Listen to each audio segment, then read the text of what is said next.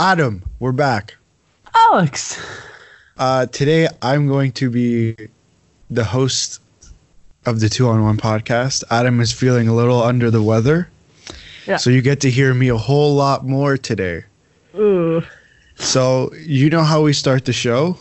I think I do. Is it the Power Hour? It is the Power Hour, sponsored by Adam's dog. Oh God. That's what we decided last episode. You know what's really funny? Just quickly, since I was in Montreal, my dog was here, and when I first left, and this morning I got my brother to send me a picture of my dog because I missed her so much. Yeah, she's on the Power Hour. She's sponsoring the Power Hour. I love it. Okay, so I guess we should get started. We'll get the non-hockey stuff out of the way first. Conor McGregor is back in the UFC. Hasn't fought in the UFC in over a year. Beat Donald Cowboy Cerrone at UFC 246 last night in 40 seconds. I wasn't shocked. Pardon? I wasn't that shocked. Okay, so I just started getting into UFC a little bit thanks to Joe Rogan, just listening to he does like fight companion type things. So I just kind of started getting into it. But yeah, it was fast. Like he got him and it was kind of just over. But it was different. Like I don't know how to describe it other than like he was different. McGregor was different with his personality leading up to the fight. You know, he's the definition of lippy. You know how you always talk about players being lippy? Mm-hmm. He's very lippy, but leading up to the fight, he wasn't so lippy. So I thought we were going to see a different side of him, but no. He's the first fighter to get knockouts in 3 different divisions. Weight classes. He's also the first guy to tap in every single one of them. Is he? Yeah. I didn't know that. But well, either way, congratulations to Conor McGregor. Mm-hmm. I don't know who his next fight's going to be against, but I expect it to be a good one. Same. He's fun. Did you see Mayweather? I did not see Mayweather. He put a thing of Conor him too. It was really funny. Oh, good. I'd rather see Conor in the UFC than in boxing, but yeah, that's a whole separate discussion. Now let's get back to hockey. That's what people are here to listen for. They want to hear us talk about hockey. Now, last episode we talked about Gerard Gallant getting fired as Vegas head coach, and Friedman reminded us maybe about an hour after the firing. Friedman sent out a tweet talking about Gallant being the head coach for the Pacific Division at the All-Star game and what was going to happen. So it was officially announced that Rick Tocchet was going to replace Gallant as head coach. That's not fun. That's just not fun. Mm-hmm. I know both of us would have loved to see Gallant behind the bench at the All-Star game because that would have just been complete craziness. The Pacific team is just pure madness, to be honest with you. The whole Kachuk stuff. Did you see Gerard Gallant's comments? I saw some of them. I know he said he was disappointed and surprised by the firing. Did you see what he said about the All-Star game? No. What did he say? He said, quote, "I talked to the NHL about it, and they sort of left it up to me, but I didn't really feel comfortable going," said Gallant. "I just said I'd sooner pass," end quote. So he had that's funny that he had the option to go. It would have been very interesting to see what would have happened. I mean, I don't think players-wise it would have been that big a deal, I think, but media-wise, leading up to the weekend, this game on Saturday would have just been crazy. Mm. Just knowing that you have an unemployed coach as as a head coach of an all-star team. Now, Ray Shero, we talked about him last week too. Big part of our firing special. There's been a lot coming out about Ray Shero, from Friedman, from Greg Wyshynski, etc. All those guys talking about essentially it's Ray Shero versus the analysts. We know that Ray Shero likes to keep a tight circle with his group of people, and we know that the analyst group that was hired, Tyler Dello, and I don't remember the other one off the top of my head, was the job posting actually said to report to the owners. So there was a whole lot of controversy right after he was fired, basically saying that the analysts kind of forced him out because there was a difference of opinion. What do you think about that? You know, at the moment that I saw the first thing of they report directly to the owners, I thought, oh dear. And I think I re-listened to the 31 Thoughts, the newest episode of 31 Thoughts with American Friedman today.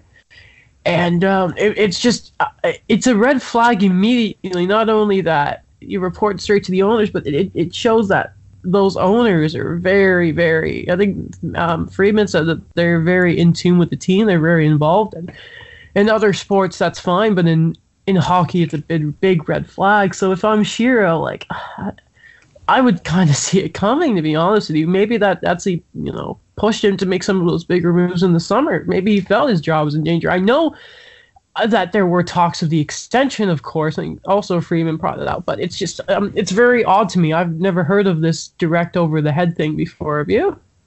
No, I've never really seen that at all. Now, since we're talking about analytics, let's get to a team that seems to, again, not like to use analytics. The Edmonton Oilers have it's not official yet, but according to Mark Spector, Friedman brought it up on Headlines. They're reportedly ready to sign Zach Kassian to a 4-year deal at an AAV of $3.25 to $3.5 million. I just want to let that sink in for a minute. It's not as bad as we thought. No, I mean, I said, when is he going to get the Koskinen deal? But listen, here's the thing with Zach Kassian. He's on pace for a career year. He's literally 1 point shy of a career year in points. He has 28 points. He had 29 in 13-14 with Vancouver. He's surpassed 20 points 4 times. And he's been in the league since he was 21. What makes you think that he's going to do this again? Oh, well, I mean, he's turned his career around. I mean, he's drafted by the Sabres. That will do it. He was a Canuck, all this stuff. And, oh, wait, yeah, he plays with Connor McDavid. That is the only reason he has 28 points right now. You'd think that if I'm McDavid, I would take a max deal because, let's be honest, it's paying for my my line mate salaries as well. Yeah. It's ridiculous to think that this is what they're going to do, that they're going to bring him in, and I don't understand why. Like, I don't know why you'd sign him to 4 years at 3.5, or even like the low end is 3.25. Does that make? Okay, how about this? Want to know how easy it is to score with McDavid or get points with McDavid? Didn't he make? He made. I can't remember his name. The guy who was a total bust. They made him look good. Nail Yakupov? Yes. No, but more recently, within the last game. The last game? Oh.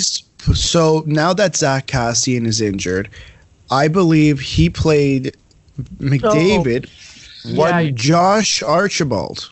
He scored in the Oilers' other game, didn't he? Against Arizona. He had 3 points. You're kidding me.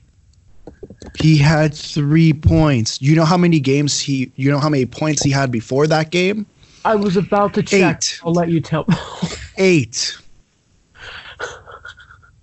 That's not even funny. No, it is. It is. That's well, I mean, I'm actually not that shocked he gave them the deal because I just had it up here. Remember, this is the same guy, the same general manager that gave Justin Applicator a 7-year deal, making $4.25. Oh yeah, I'm not arguing whether I'm surprised or not, but you get to a point where why are you doing this? You know what's the worst part about that, really, when you look at the Oilers and just how frustrating they are to look at times? Tell me. They're still tied second in the division. Because they're being held up by Connor McDavid and Leon Draisaitl. Let me rephrase that then. Instead of saying how frustrating it is, it makes you marvel how amazing Connor McDavid is. That he is put that team on his back and has contended with the other guys in that division. It's insane. They almost, because the Coyotes game was I think it was just starting when I got to my hotel in Montreal, so I was watching most of that game. And I think it was 5-0 at one point. And the Coyotes got 2 quick goals, and Mike Smith had to make a really, really good save, one of his few of his career. Had to make a really, really key save and just gone the other way. And I think on that same play, the Yotes took a penalty, right? And you think, if they allow that, it's 5-3. They've just allowed 2 straight goals in the game, is almost just falling through their fingers. But you have Connor McDavid, who went on to have 2 goals that night, a bunch of points. So there's still so many holes with the Oilers. I mean, Zach Cassian doesn't fill them. It really doesn't. So they have 2 of the top. They have the top 2 point getters in the league right now. Connor McDavid with 76, Leon Draisaitl with 75. What are you gonna do? So you want to talk about how they're saving them? That is literally it. Yeah. He's on pace. I can't even imagine what he's on pace for. Who, Connor? Yeah. Imagine what he could do. 127 points. I think we made an over/under on 130, didn't we? He could still. I think so. He could still do it. I wouldn't even be surprised. Exactly. Yeah. Good for him. I wish he was.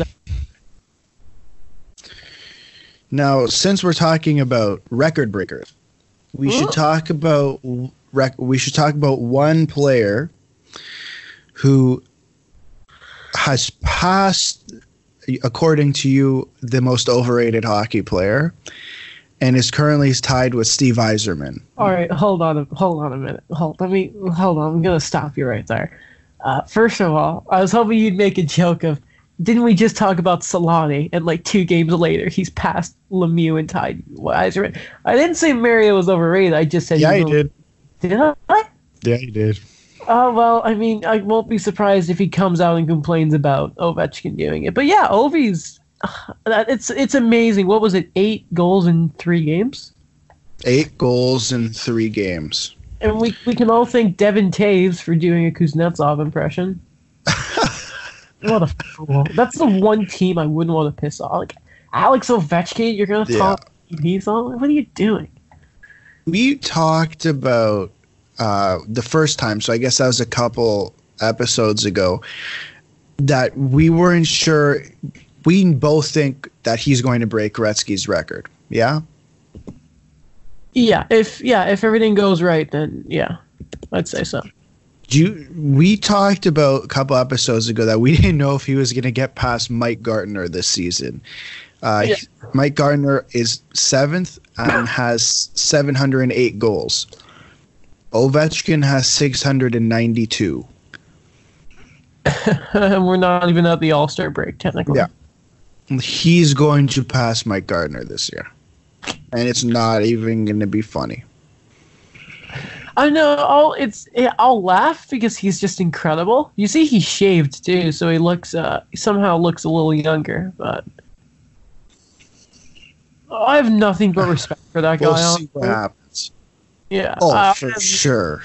It feels like every week now. Oh, I made the joke about what Luke Robitaille said. By the way, on that episode last week, I said the greatest goal scorers in the league. I meant greatest goal scorers like ever, because obviously Robitaille doesn't play. And instead of doing every 2 years for video package, me and you are going to be doing Ovechkin goal passing records every week. It looks like. Oh, for sure. Which is awesome. So I texted you this morning with a certain tweet. I don't know why they do this to me.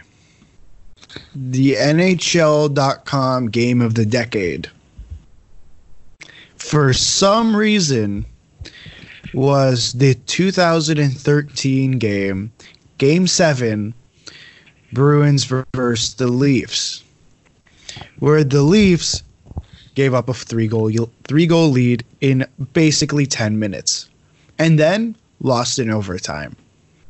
See, this is, it's really funny. When you first sent me this, I thought this was the Bruins game of the decade. And I was like, well, that's weird because they won a cup. And I'm like, the game against Montreal in Game 7, any of their finals games. And then I realized, wait a minute, this isn't even the Bruins game of the decade. It's the league's. Like, it's such a troll job on Toronto that it's kind of funny. But then you realize just how preposterous it is. I don't know. And I thought maybe it was the fan vote. The fans were voting. I don't know why they voted for this. But it was chosen by NHL.com and NHL.com international staff members.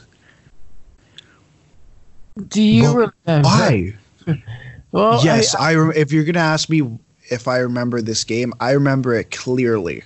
I was not going to do that, I promise you. I was going to say, do you remember, like, when we started the show in the summer, the crux of most episodes were their stupid Oh, my God. That's what it is. Those were some of the worst lists I've ever seen. Well, I can think of so many other playoff games that are amazing, but it's just... Just not that one. It's probably the most memeable game, I'd say, but... Oh, yeah. Yes, it is. Well, I agree with that. One that comes to mind, sorry if you can hear my Rottweiler, I think my neighbors are walking their dogs.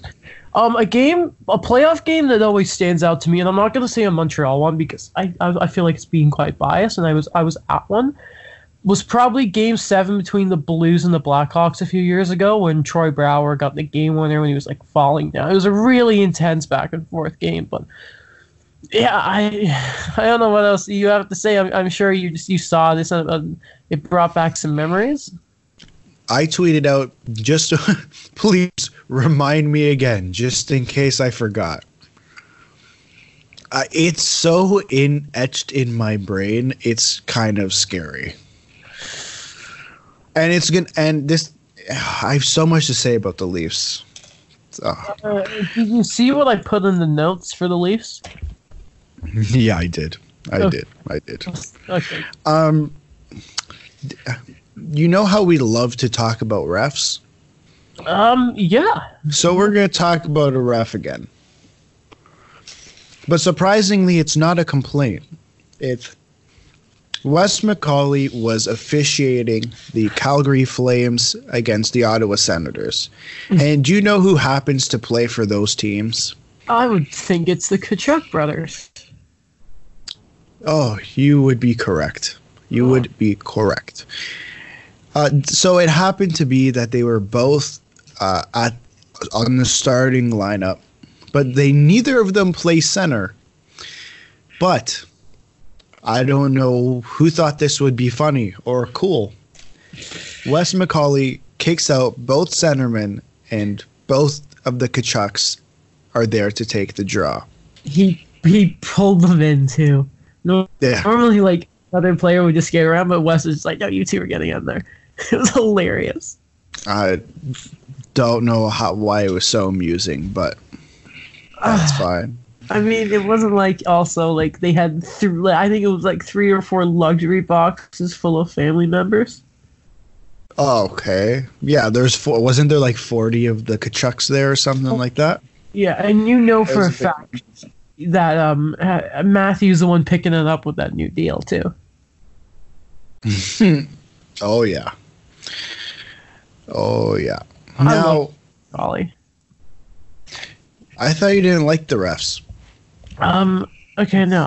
I mean, hey, I hate most officials, but Wes is fun. I don't like TJ Luxmore. He's a pretty brutal ref, but yeah. But Wes is cool. So we gotta get to some bad things. To end the Power Hour. Dougie Hamilton is out with an injury. Huge injury, and it honestly sucks. Pretty much out indefinitely, according to TSN. He just had surgery. He broke his left fibula during a loss against Columbus. And then he underwent surgery on Friday. And I know they're a team with a whole lot of defensive depth. Pretty much, you got Jake Gardner and Trevor Van Riemsdyk kind of on the sidelines. They're just not working with the team, I guess. But Dougie Hamilton is a huge loss to this team. Having a great year, too. 47 games. I feel so bad for him.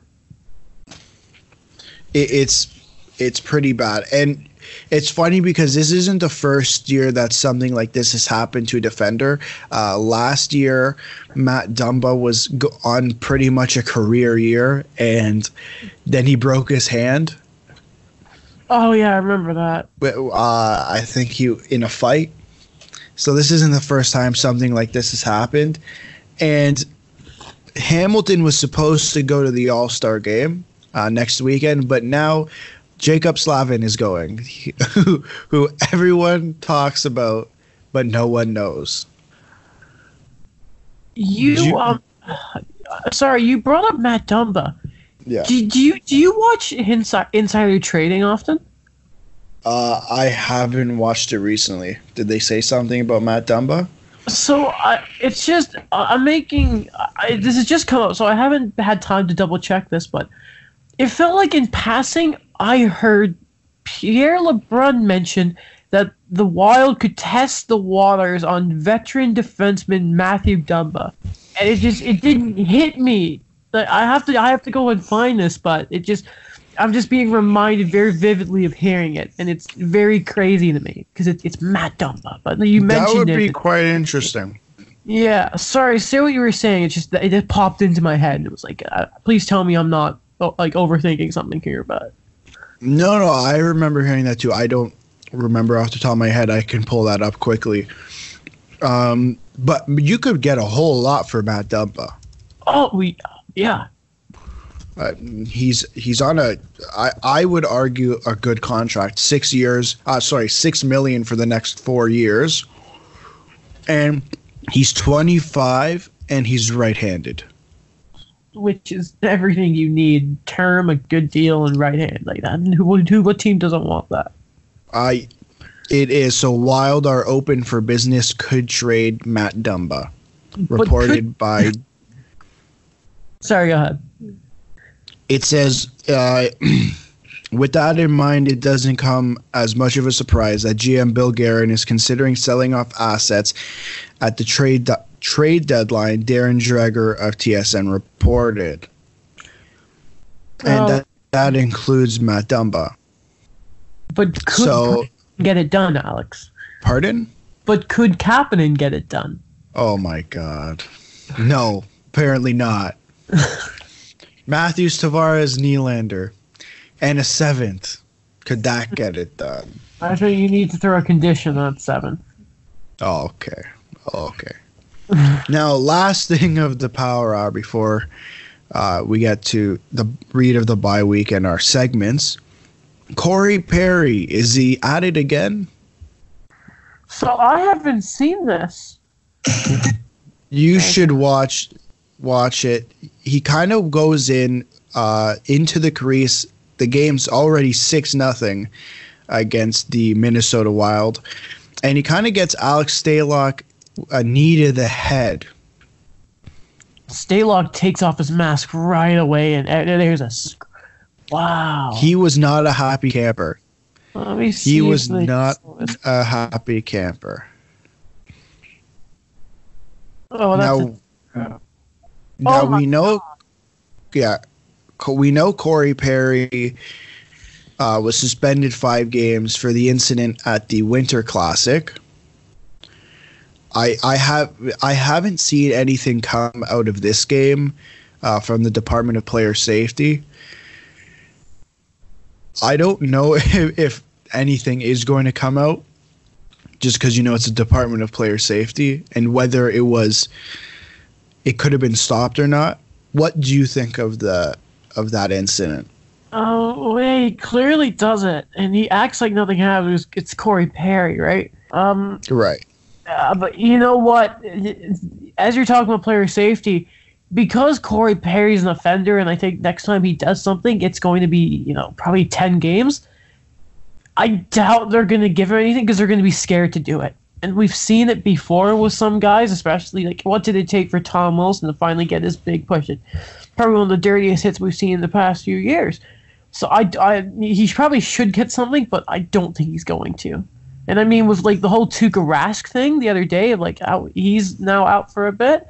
They should crack down. And you know me, I'm a big goalie advocate, but I mean, you could tell Stalock wasn't having any of it. Like right away, he takes off his helmet and tries to get to him. Too bad there were 10 skaters in the way. Yeah, there's a whole separate discussion that we could have about the Department of Player Safety, and we've probably had it multiple times. Something needs to change, and it's gotten to the point where it's not even media people or just regular fans complaining. The players are coming out. We saw Matthew Perreault come out and talk about the elbow from Jake Virtanen. We saw Teemu Selanne come on and say something. Scotty Upshall. It's getting to a point where I think the NHL has to look at it and say, come on, this is kind of ridiculous. And something's going to happen, and it's going to be messy. Yeah. And they can do all they want about okay, we're going to going back to Edmonton and Calgary.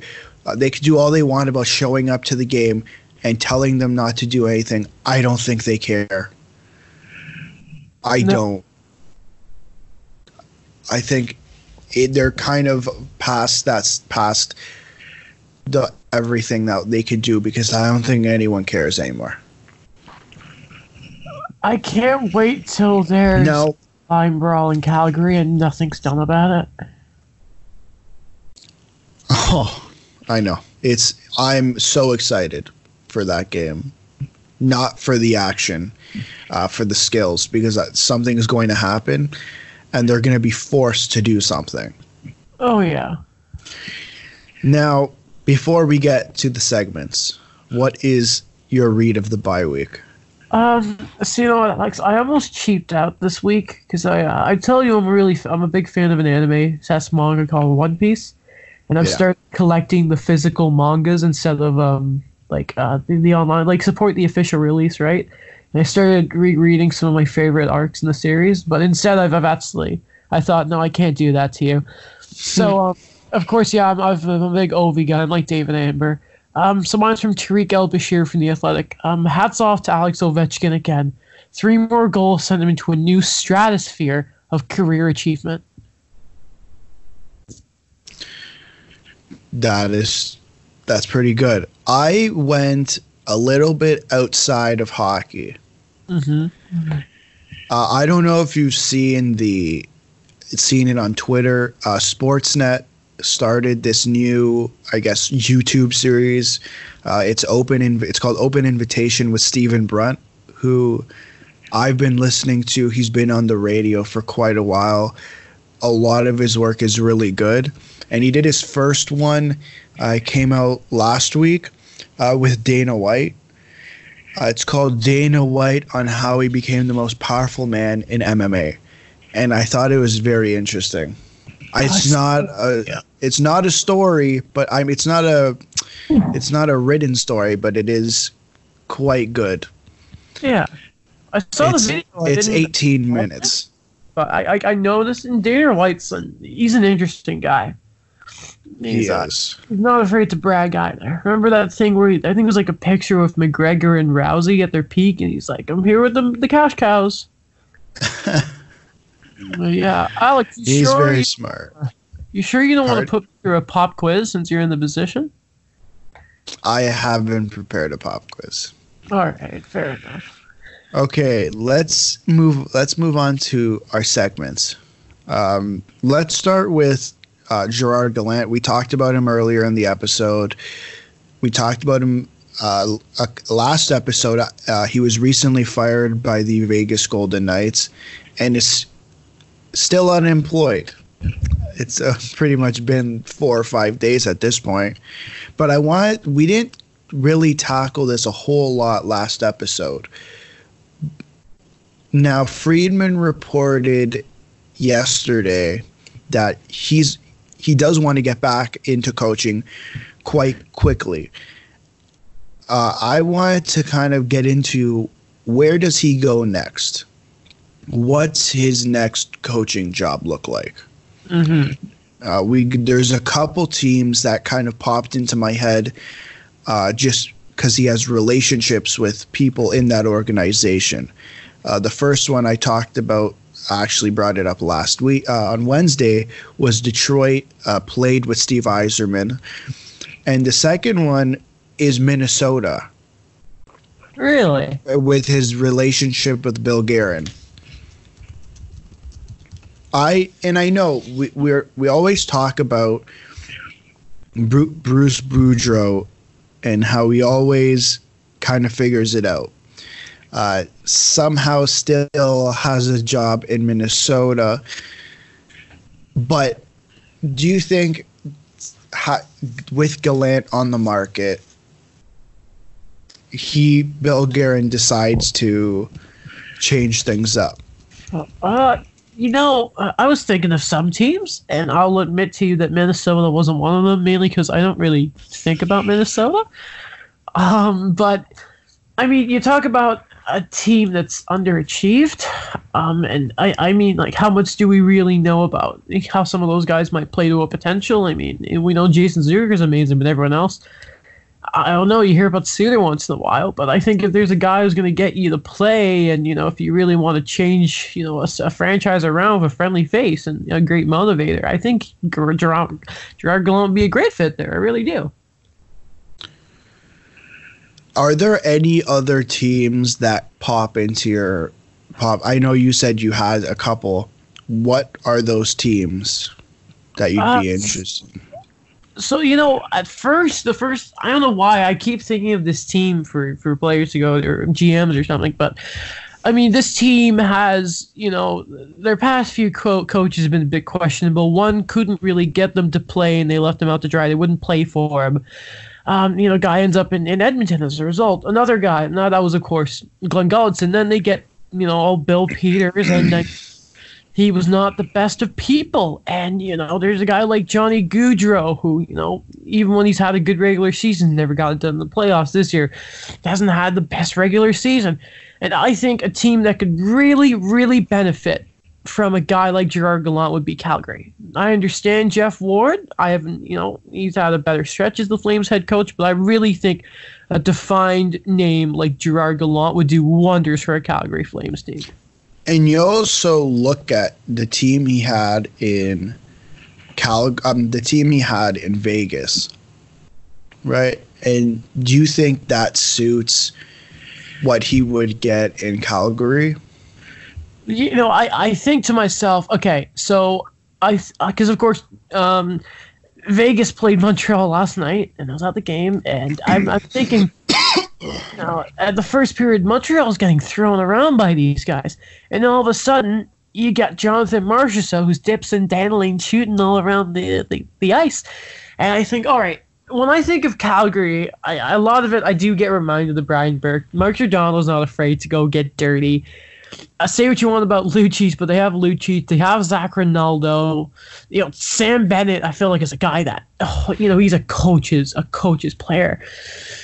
But then they've also got the skill there, of course, like your Goudreaus, your Monahans, and then Kachuk can do, the best of both worlds there. So I think it's a team that Gerard Gallant I think he would look at the makeup of that group and think, I think I could really do something with those guys. Really,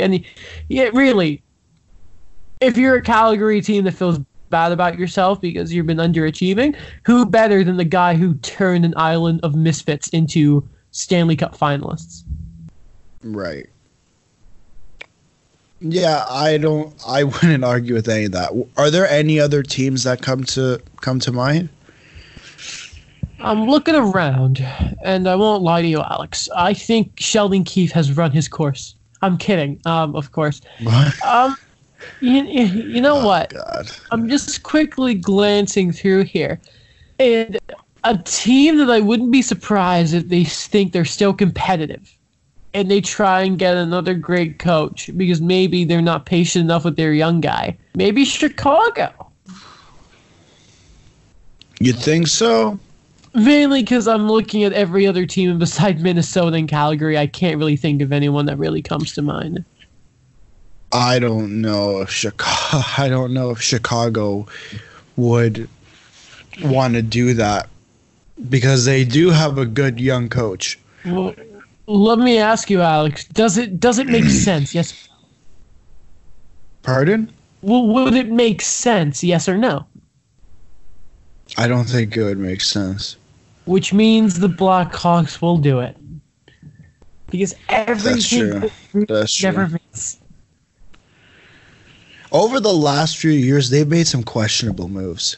And I don't think I don't think a lot of people have been talking about it. Taylor Teravainen is like that itself is just terrible. I mean, Brandon Saad now. Tammy Panarin is underratedly one of the best players in the league right now. Look how good he's been. If you watch any top 50 plays of the month or thingy of the week, you're going to see Panarin there. I think the biggest question mark for me is I understand the I guess I don't really understand the Teravainen one. Like, you had to get rid of Brian Bickle. That's the only reason I understand. But to bring back Andrew Shaw? Yeah. Really? I'm fine with it. I don't understand that.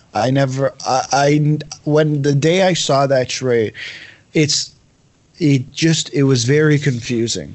It didn't make a whole lot of sense as to why you're bringing him back.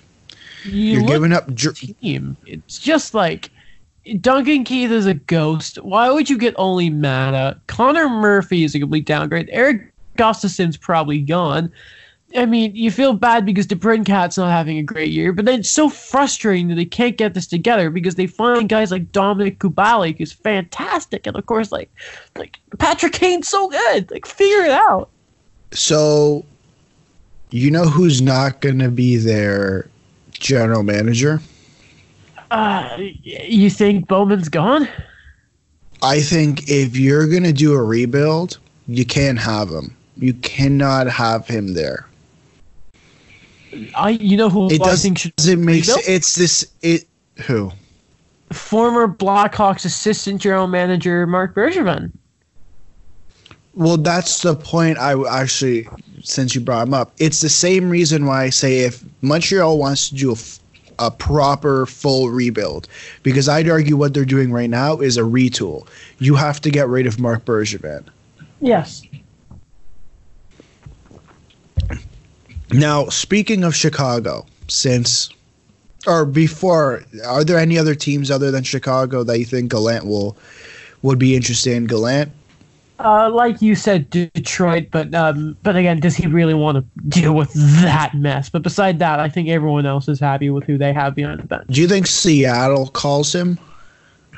I think they do. The only problem is if you're Gerard Gallant, you really want to go. Like, if he wants to get into coaching right away, I mean, Seattle's not going to be here for another few seasons. So any other time I'd say yes, but just with his situation where he wants to be, I just don't see it happening. Okay. Well, since we were talking about Chicago, let's get to our segment on the Chicago Blackhawks. Now, we know the Leafs played the Chicago Blackhawks last night. That's a whole separate incident. But that's one of the reasons I actually wanted to talk about it, because it kind of got me thinking. They announced Corey Crawford was going to start last night. And I'm thinking they have Robin Lehner, and it is past January 1st. Now, Chris Johnston last night brought up during headlines and kind of went along the lines of that Robin Lehner wants to get paid fairly. This is his second year in a row on a 1-year deal. Obviously, he had some issues that he's dealt with personally.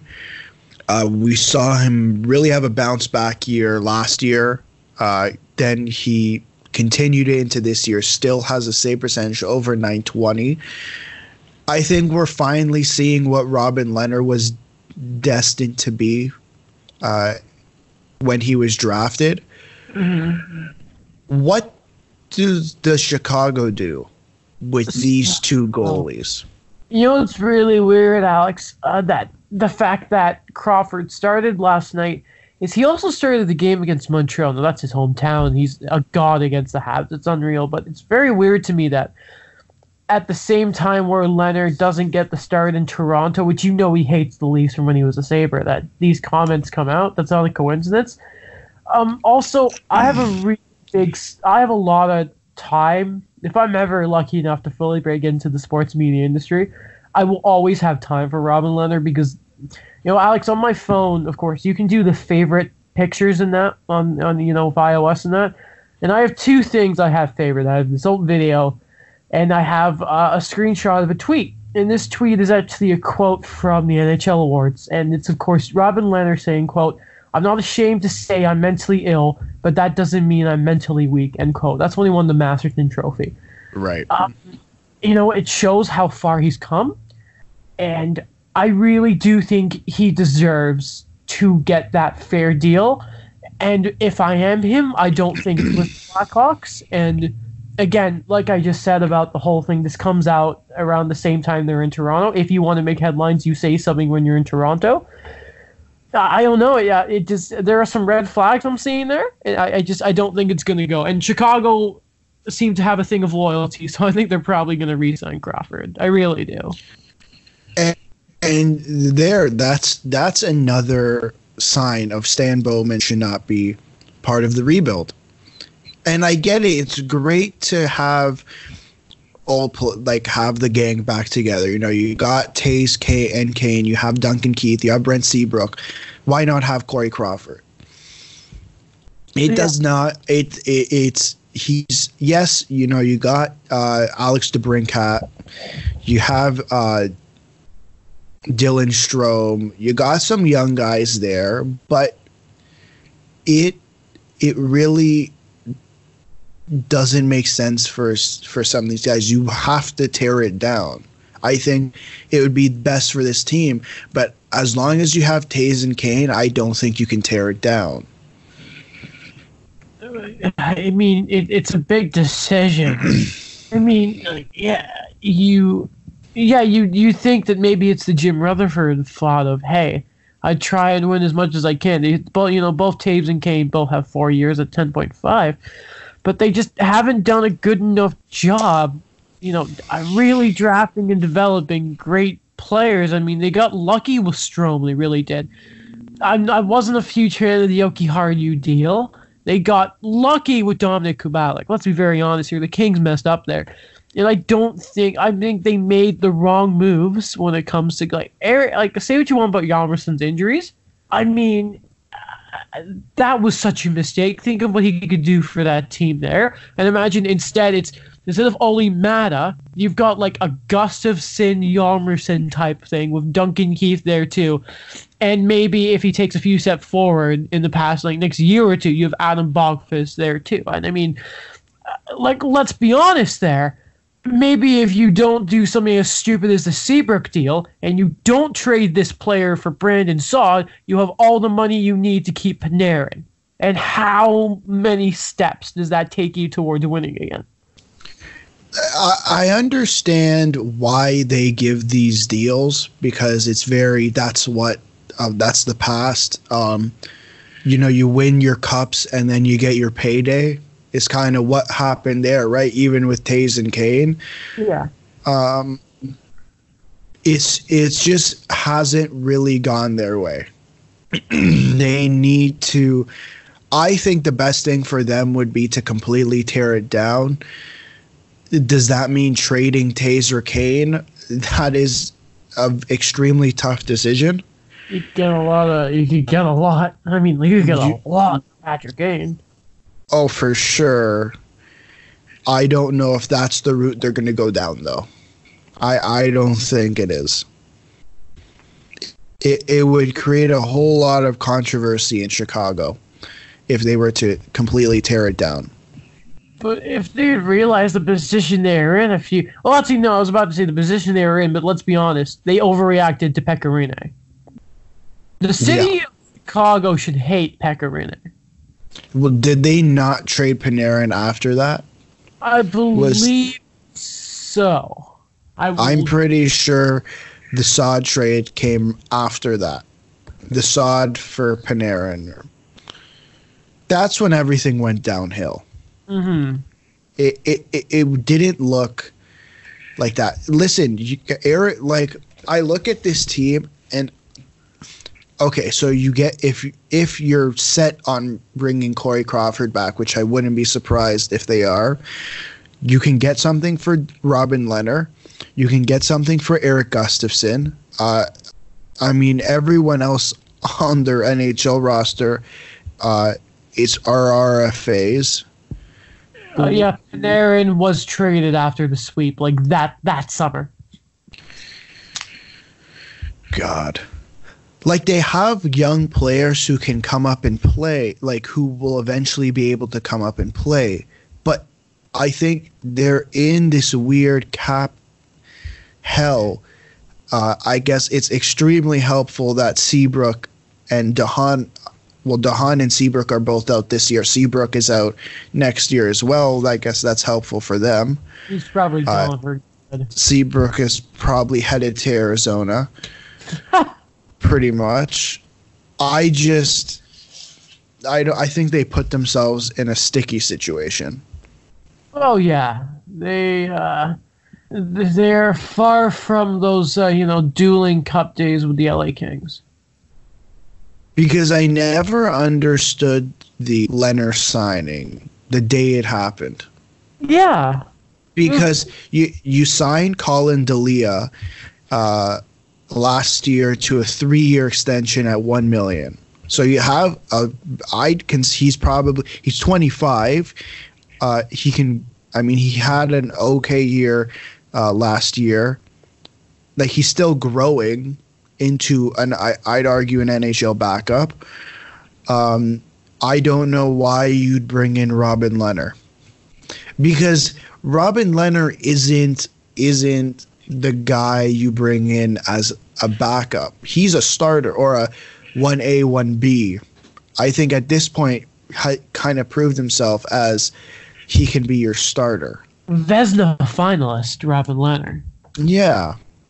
It just didn't make sense. It didn't seem like that was the team he was going to. You know who could really use a Robin Lehner right now? Oh, I guess not anymore, but could have used a Robin Lehner? Oh, would it happen to be the team that is realizing that Mackenzie Blackwood could be a viable option?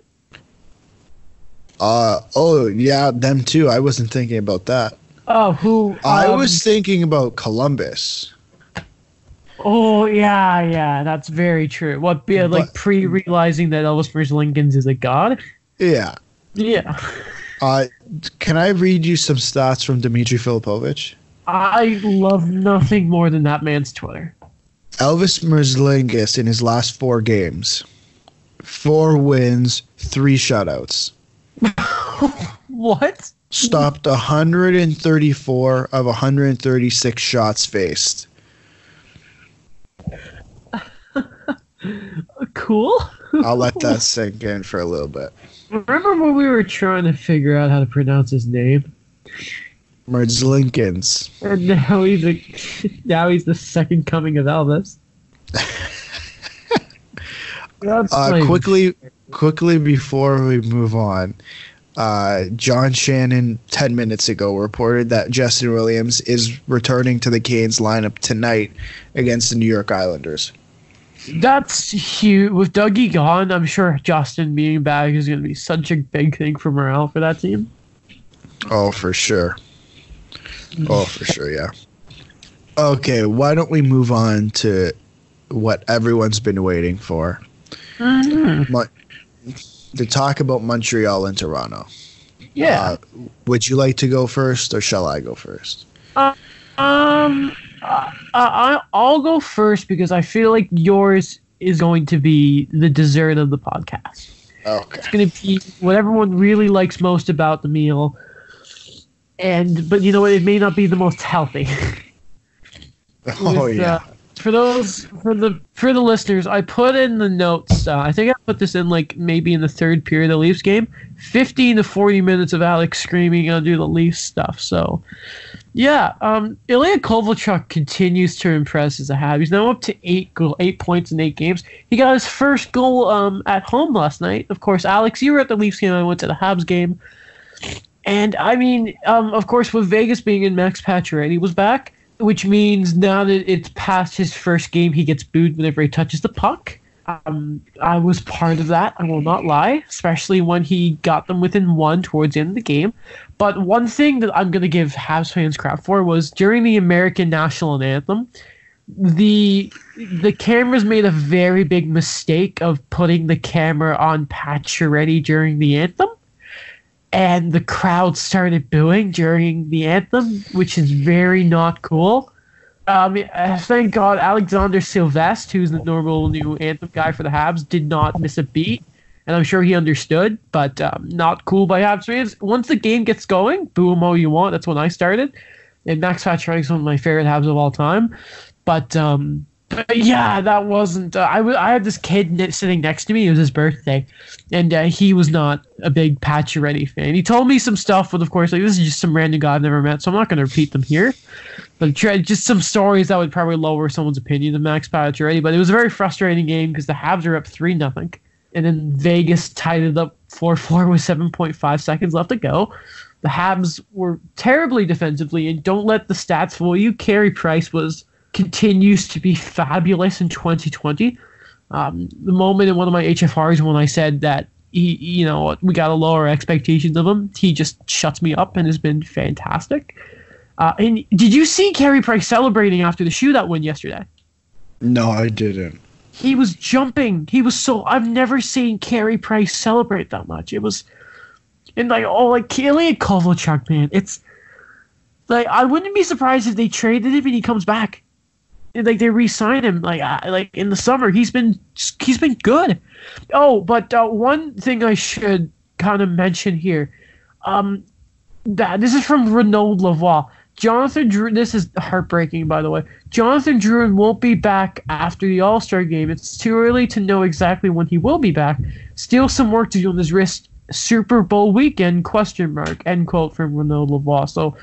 When it comes to Byron and Gallagher, it's still hoping they'll be back for the All-Star game. But Jonathan Drouin, unfortunately, seems to be some setbacks, which sucks. But did you see Jesperi Kotkaniemi's fight?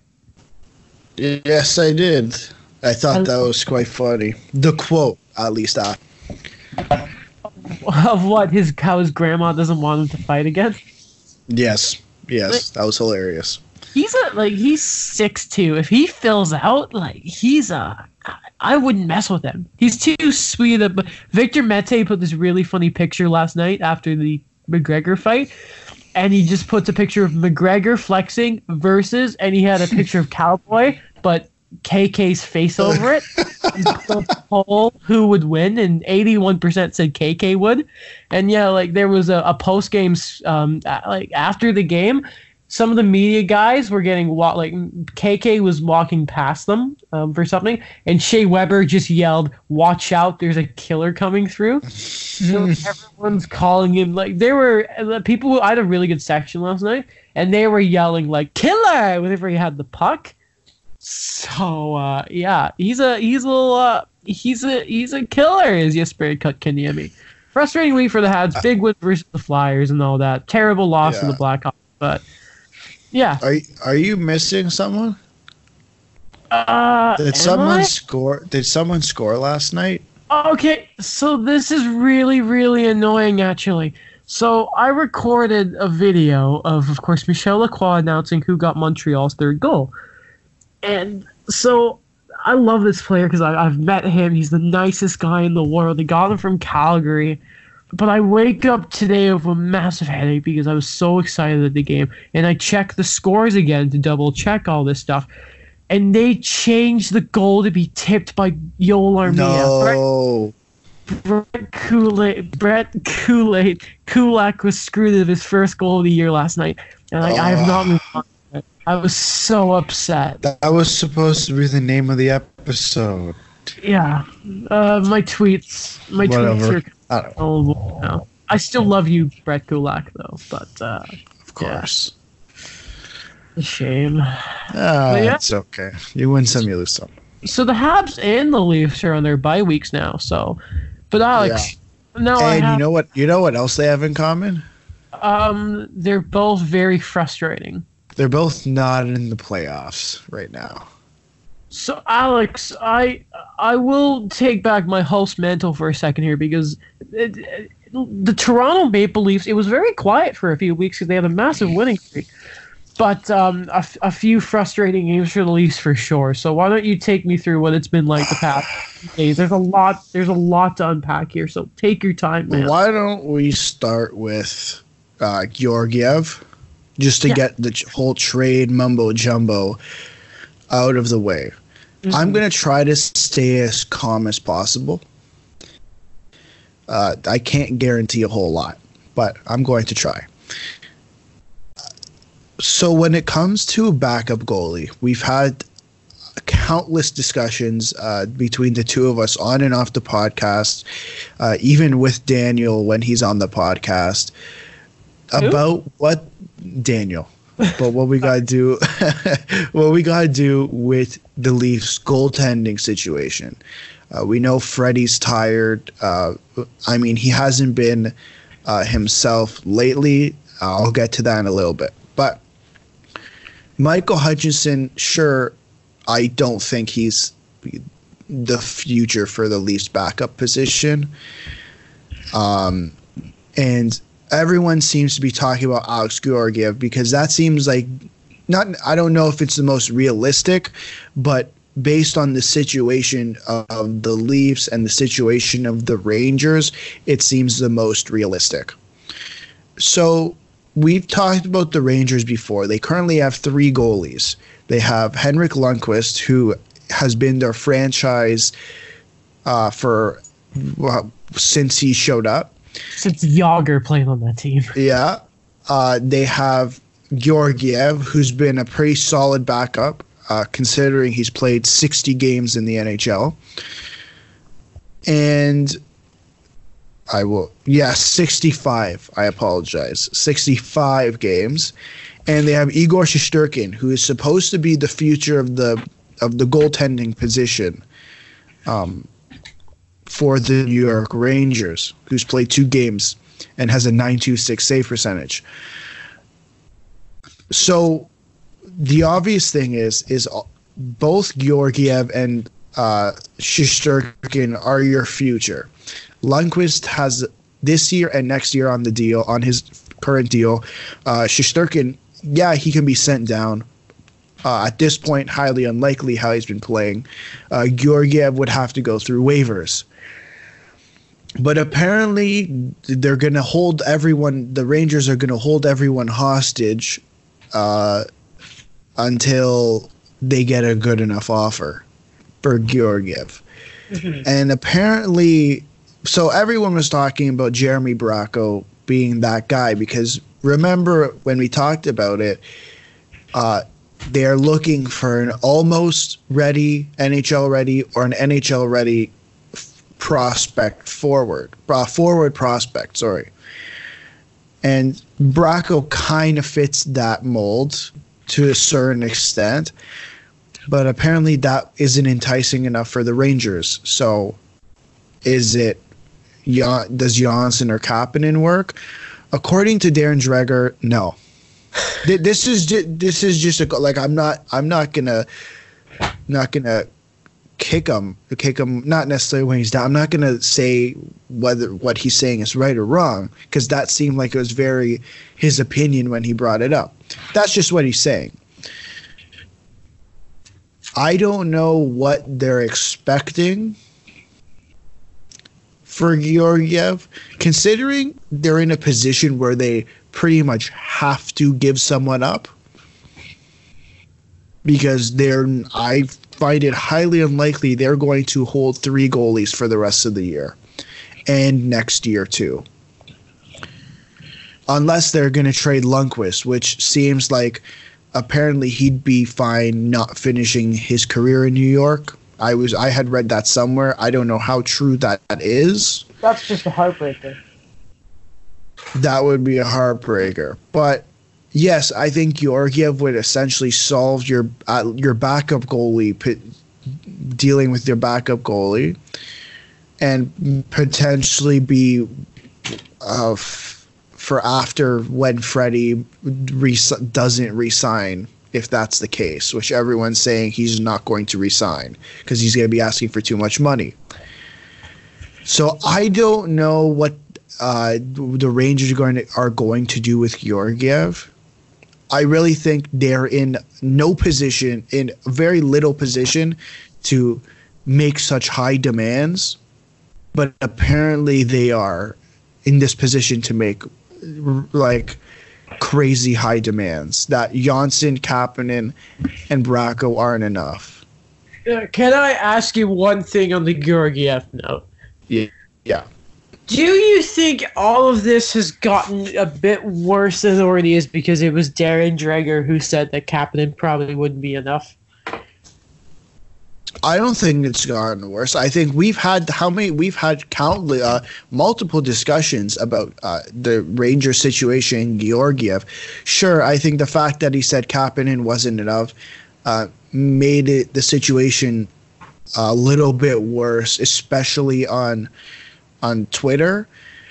But I think between the two of us, I think my opinion on what the Rangers should do or what the Rangers will have to do really hasn't changed, considering they still have 3 goalies and the Henrik Lundqvist isn't going anywhere.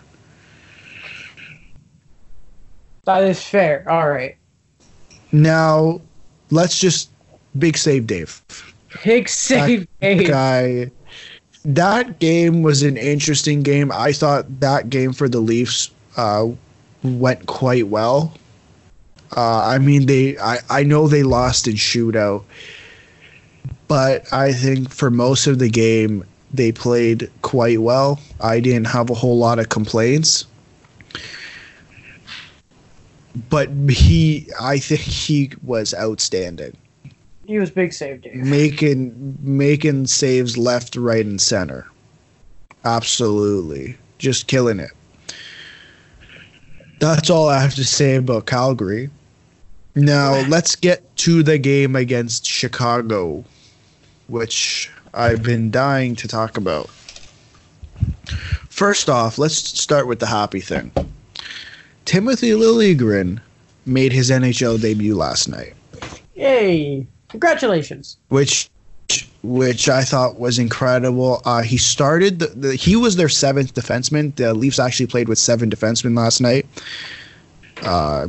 which I don't remember the last time I've ever seen that happen with the Leafs, but it was quite incredible. I thought it was. I mean, he had an okay debut. The first period, I didn't really see him a whole lot, or I didn't notice him a whole lot. But the second and third, I did. I was actually looking for him. I did play quite a bit with Sandin, which I was really excited to see. Because, we've talked about it before. Him and Sandin played a whole lot in the AHL, especially under Sheldon Keefe, and I thought he looked good with Liljegren. Other than that, the rest of the game was kind of a complete mess. They were trapped in their own zone a whole lot. Even when they couldn't break out, it really didn't look good. I think the fact that they don't have Muzzin and Riley is a huge loss, considering they're not in a playoff spot right now. I'm hoping Muzzin comes back.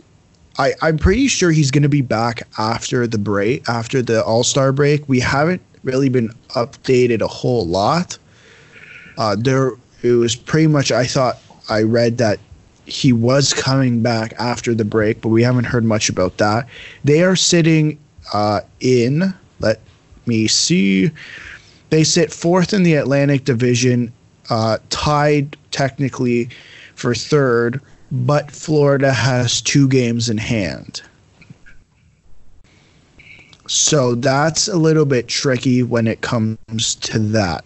But the good thing, it's not really that good when it comes to the Leafs, for the Leafs, is that there's a 6-point gap between them and Buffalo, who is behind them in the division and who's behind them in the wild card spot.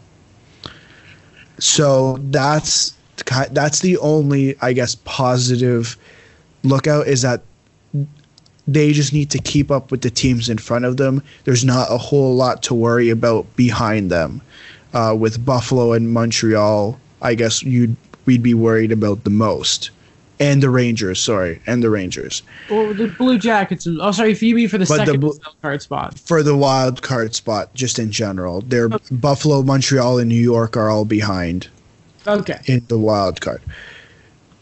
Now, yes, I think I saw a tweet from Faisal Kamisa last night after the game, basically talking about Freddie. When Freddie was pulled in 2 games, I know one against the Oilers, Sheldon Keefe came out and said, I didn't want to play Freddie in front of that because the defense was just more than awful. But last night he didn't pull Freddie, which I thought was quite interesting, which kind of showed that, hey, listen, this one's on you. That one is, this game is on you, Freddie. You have to figure it out. Which hadn't seemed like the case this year. That he's been pretty good. He had a really good October, was pretty good up until the end of 2019 and the start of 2020. I expect him to pick it up. I mean, you look at years past, we've talked about this before, is that Freddie has this weird month and then picks it back up again. Mm-hmm. I expect him to pick it back up. I mean, he could be injured, which a lot of people are claiming he's injured. I don't know if that's necessarily the case. I think he's just having a bad month, and last night was probably one of his worst games. Talk to me about the Bronx cheer, because I know you were at the game, and we've talked about those cheers before. You know what the thing was, is I sent you a text last night, And I don't think it's just the Bronx cheer, though. That I left that game. I was kind of pissed off. I mean, obviously they lost 6-2. It really wasn't a good game from that point. But listen, I'm gonna get into a whole lot about the fans. Hear me out. I'm not. Remember when Jake Gardner was booed in Toronto, and everyone got into a whole debate about whether you have the right to boo a player? Yeah. I'm not arguing whether you have a right to boo them or not. You can do whatever the hell you want within the rules that the venue sets up, and booing is within the rules and regulations. You go to the game, you listen to them show the video. You can boo. I'm not talking about whether you have the right to boo or not. The fact that you're booing your own players makes absolutely zero sense. So let me start with number one. Sure, we'll start with Freddie Anderson because there was multiple situations that got on my nerves. Listen, there's multiple types of fans at the game. There's obviously the ones who are extremely drunk making funny comments. I had a guy 2 seats next to me. It was like 6-2, and there's 2 minutes left in the game, and he's making a joke that Chicago thinks they're gonna win. The Leafs are gonna come back, like as a joke. Fine, that's fine. Nylander makes a mistake. Oh man, I don't know why we're paying him $6.9 million. Marner makes a mistake. Oh, I don't know why we're paying him $11 million. Are you kidding me? Like it doesn't make it thinking about it. It doesn't make sense. And I know, especially with Carey Price, you hear a whole lot. We've talked about it before in the Bronx cheer. I don't understand why. Listen, they're your team. Last night, you want to know how crazy this is? Okay, you know what? What's the one thing everyone says about the Leafs? That they try their best to score their way out of trouble. Their fans are crazy. They need to be more tough and throw hits. Oh, okay. So, Janssen goes for a hit. It doesn't really go well. He kind of misses. Guy beside me, man, that was stupid. Are you kidding me? Is this a joke? Is like you are asking for him to throw a hit, but when he throws a hit, it's stupid. I don't understand if you're just. It doesn't make sense to me why you number one. Sure, you can boo your own players. It doesn't make any sense to me. It doesn't make any sense to me. Apparently they're on your team. They're on your team. The team you root for. The team, yeah. And then they wonder. They claim that, oh, no one wants to come here. Everyone says they don't want to come here, and then you're confused. You do one wrong thing, you hold out for a day, and you're the enemy of the city. You tell me why you would want to come here. I can think of one reason why you would want to come here, because you're going to make a whole crap ton of money with advertising. Yeah. But everyone's confused. No one knows what's going on. It got on my nerves. It pissed me off so much. How you can, and then they're making, Anderson makes a save, and everyone's, oh, he made a save. Man, this guy has literally been sorry, but it's true, has literally been carrying this team for 2.5 years. He's mentally, or more than 2.5 years, pretty much since he got here. He's literally been carrying this team since he got here. He is mentally tired. This week off, I think, is probably the best thing for him mentally. Mm-hmm. He's gonna go play golf at Augusta with Muzzin, Kapanen, and there was one more player. This is exactly what he needs. And that's all I have to say. All right. That's all I have to say. I was so upset. I mean, the game was upsetting too, obviously, but I'm sure the subway home was pretty somber. Yeah. Was the weather as bad here after the game as it was in Montreal, or had it cleared up by then? It kind of cleared up, but it was still bad. Like, not all the road. No, some of the roads were still not good. There's nothing like drunk, upset fans slipping all over. Oh, yeah. It was happening. Quite fun. Too. All right, Alex. Is that everything? Yes. Sweet. Well, then, Alex, do you know what I think the people listening to this should do? I think they should, wherever they're listening, they should rate it. They should subscribe to the podcast. They should go check out the Instagram page. Give that a follow. Go to the YouTube page. Give that a follow. And share it with your friends and family. If you know anyone who likes hockey, this is the podcast to listen to. Not those professionals. Us. Oh, damn it. And check out Adam's YouTube page. Hey. All the links are in the description down below. And tweet at Brett Kulak that you love him. Not as much as I love him. That too.